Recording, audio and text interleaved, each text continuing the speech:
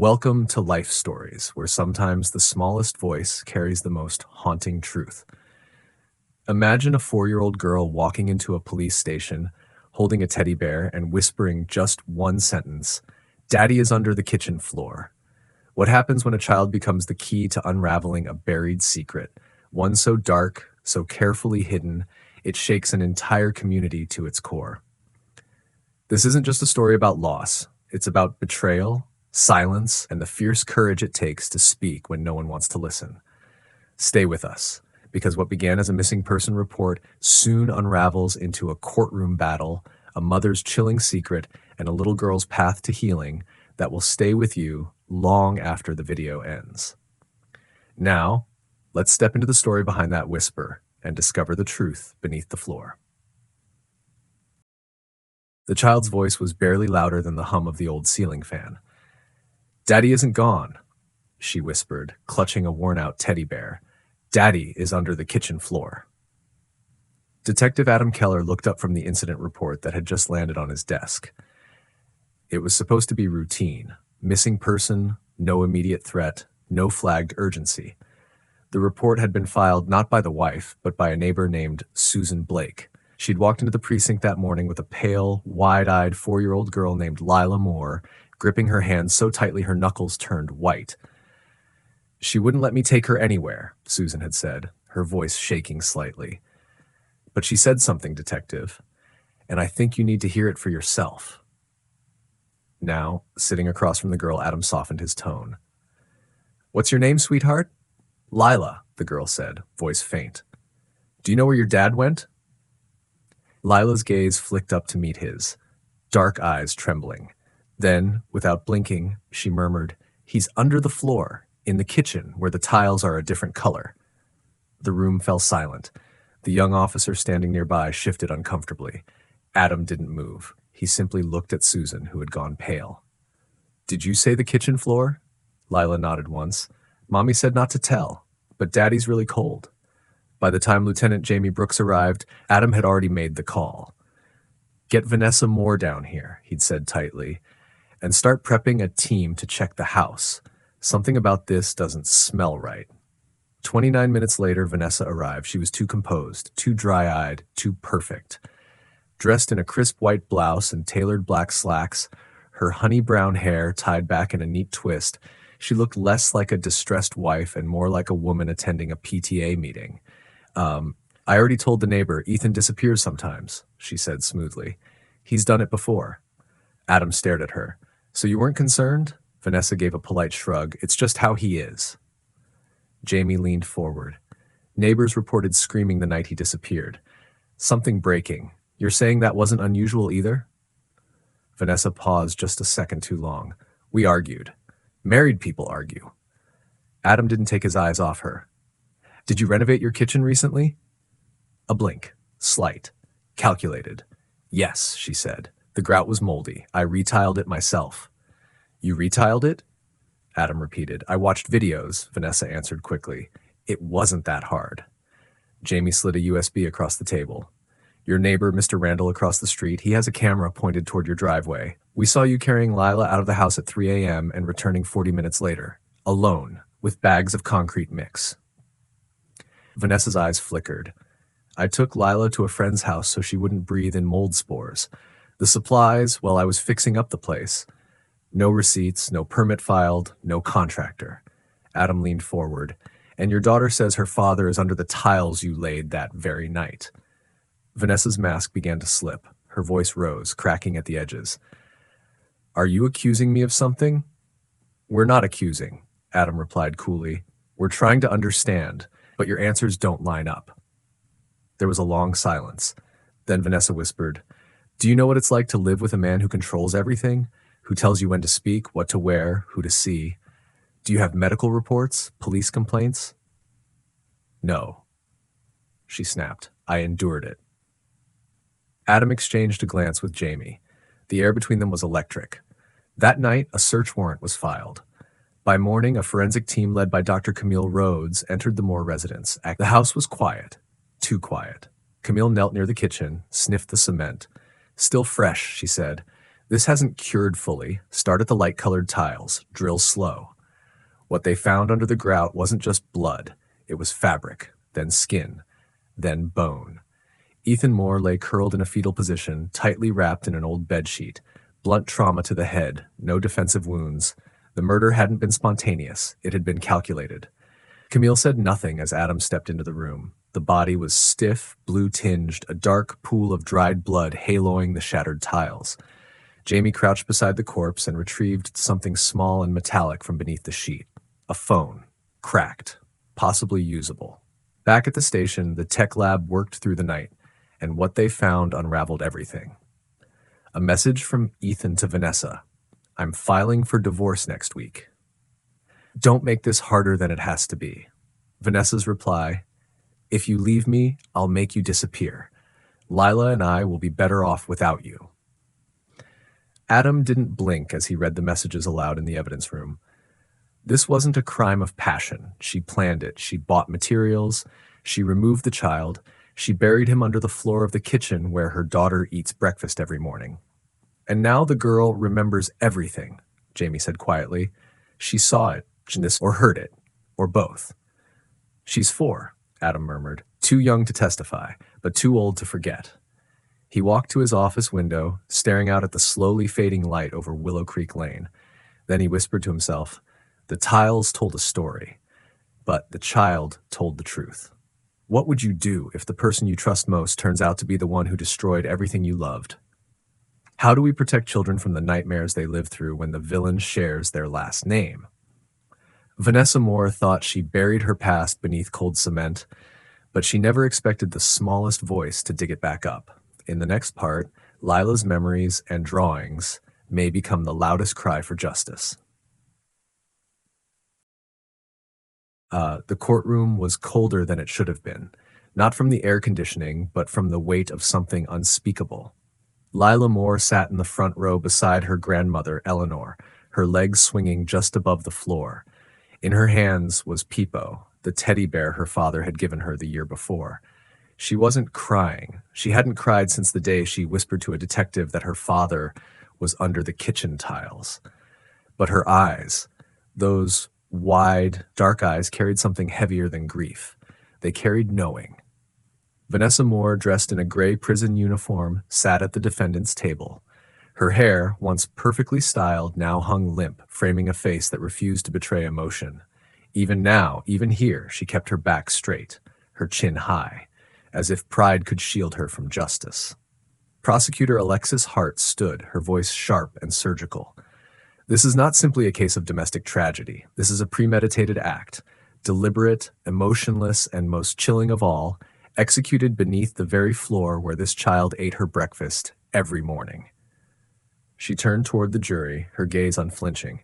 The defendant removed her child from the home to construct an alibi.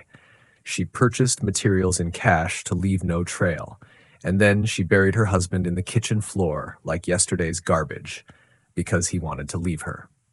Across the room, Eleanor clutched Lila's hand tightly, but Lila didn't look away.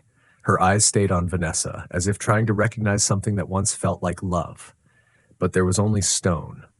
Then came the drawing. It had been submitted by Dr. Grace Holloway, the child psychologist working with Lila. The courtroom fell silent as a simple piece of paper was placed on an easel, uneven gray tiles, a shadowy figure lying beneath, a woman holding something heavy, and a little girl drawn in the corner, tears falling from cartoon eyes. At the bottom, in wobbly red crayon, it read, "Mommy said be quiet, but Daddy said he was cold." For the first time, Vanessa looked away. Mark Keller sat behind the prosecution table, arms folded, jaw tight. He'd seen death. He'd seen betrayal. But he had never seen a 4-year-old reveal a murder with such silent precision. In that drawing was more than evidence. It was the echo of trauma, the confession of innocence stolen. But the twist no one saw coming came next. Alexis called Dr. Holloway to the stand. Calm, composed, she explained what Lila had described during therapy. The kitchen, the sound of her mother crying, the whisper, "If you tell, our family will fall apart." But it was Lila's most recent dream that made everyone in the room hold their breath. She dreamed of her father standing in the corner of the room, holding a red balloon, Dr. Holloway said, voice trembling slightly. He didn't say anything, just looked at her and mouthed the words, "Thank you." "Thank you," Vanessa whispered under her breath, not realizing she'd said it out loud. A single tear broke from her eye. It was the first. Alexis noticed. "Mrs. Moore, is there something you wish to say?" Vanessa shook her head at first, then rose slowly. "I didn't mean for it to go that far," she said, her voice cracking. "He was going to take her from me. He said I was unstable, unfit. He told me he'd win full custody." She looked directly at the judge. "I felt like I was vanishing, like I didn't exist in my own house anymore." "But you did exist," Alexis replied, "and you made sure he never would again." The silence was thunderous. That night, Detective Keller visited Eleanor's house. Lila was asleep on the couch, her fingers curled around Peepo. A half-finished drawing lay beside her, this one of a tall man holding a little girl's hand in the sky. No kitchen floor, no shadows, just blue. "She's starting to heal," Eleanor said softly. "But healing isn't forgetting."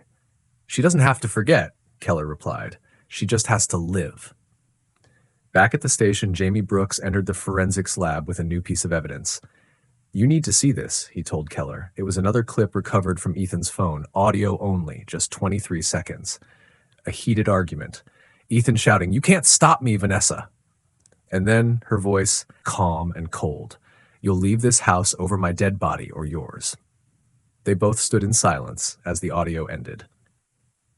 In her cell that night, Vanessa stared at the ceiling. Her attorney had said there was still a chance, a reduced sentence if she showed remorse. But remorse required facing the one thing she had buried deeper than her husband, the fear that maybe he was right, that maybe she wasn't stable, that maybe in trying to save her daughter, she'd destroyed what Lila needed most. Can a parent's love ever justify an unforgivable act? What happens when the only truth left is told by the smallest voice in the room? In the next chapter, as the trial reaches its verdict, Lila will face the memory her mother tried to erase, and the world will decide who she truly belongs to. The courtroom fell into a hush so complete it seemed even the walls were listening. The final day of the trial had arrived. Rain fell in a quiet drizzle outside, the sky washed in pale gray, as if mourning the truth that had been slowly, painfully unearthed. Vanessa Moore sat still in her seat, no longer defiant, no longer composed. Her hands trembled slightly as she listened to the judge read the charges. Premeditated murder, unlawful concealment of a corpse, manipulation of a minor. Words heavy as stone.